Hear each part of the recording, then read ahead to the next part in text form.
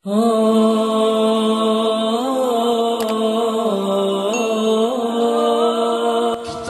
tentunya mengenal yang namanya jihad.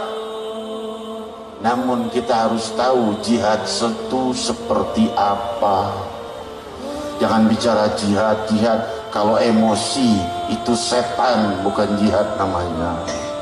Hadirin hadirat, beda antara emosi dengan jihad. Kalau seandainya jihad, Rasul bilang jangan memukul wajah, jangan menyerang wanita dan anak-anak, jangan menyerang yang tidak bersenjata, jangan menyerang yang tidak menyerang. Nah, itu namanya jihad. Kalau kita tidak diserang orang, kita menyerang orang. Itu untuk yang di luar Islam, apalagi yang sesama muslimin. Rasul sallallahu alaihi wasallam itu adalah orang yang cinta kepada seluruh makhluknya Allah. Kepada sesama manusia cinta, dan Rasul ingin umatnya mencintai manusia, dan belum sempurna iman seseorang sebelum dia mencintai manusia satu sama lain. Jika seseorang mencintai muslimin saja, tidak menyayangi orang-orang yang di luar Islam, maka belum sempurna imannya seperti Sayyidina Muhammad. Ya, tidak ada yang bisa imannya sama seperti Nabi Muhammad tentunya.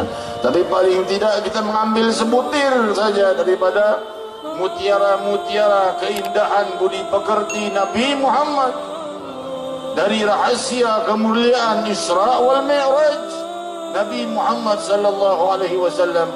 Hadirin hadirat, siapa yang paling ingin orang non muslim masuk Islam? Siapa? Tentunya Rasul sallallahu alaihi wasallam. Tetapi Rasul justru lemah lembut pada orang-orang yang non muslim itu. Seorang Yahudi pemuda datang ke rumah Rasul, bilang mau tinggal di rumah Rasul. Kalau orang-orang zaman sekarang mungkin, ngapain kamu non muslim, najis, masuk rumah saya sana pergi. Enggak begitu akhlak budi Sayyidina Muhammad. Yahudi diterima oleh Rasul.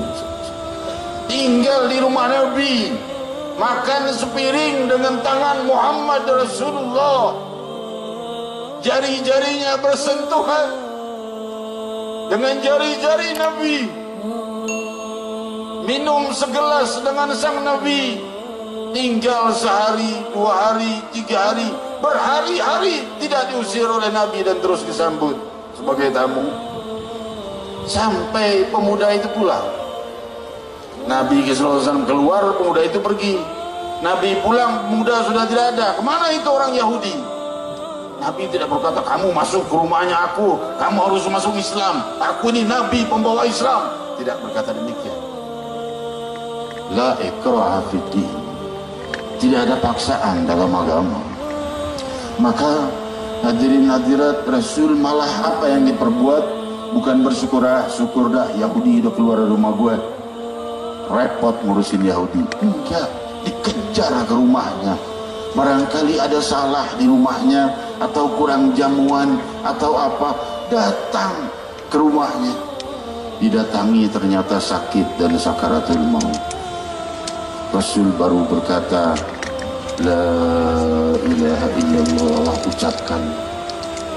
Anaknya melirik bapaknya, diizinkan apa tidak dia mengucapkan la ilaha illallah. Bapaknya Yahudi juga. Bapaknya tidak tega melihat budi pekerti Nabi yang begitu indah. Bapaknya berkata, ati Abul Qasim, taati Abul Qasim, taati. Bapaknya tidak masuk Islam, tapi ngelihat budi pekerti kepada anaknya dan jasa besar, anaknya udah tinggal di rumah Nabi, yaudah taati aja Abul Qasim. Maka ia mengucap la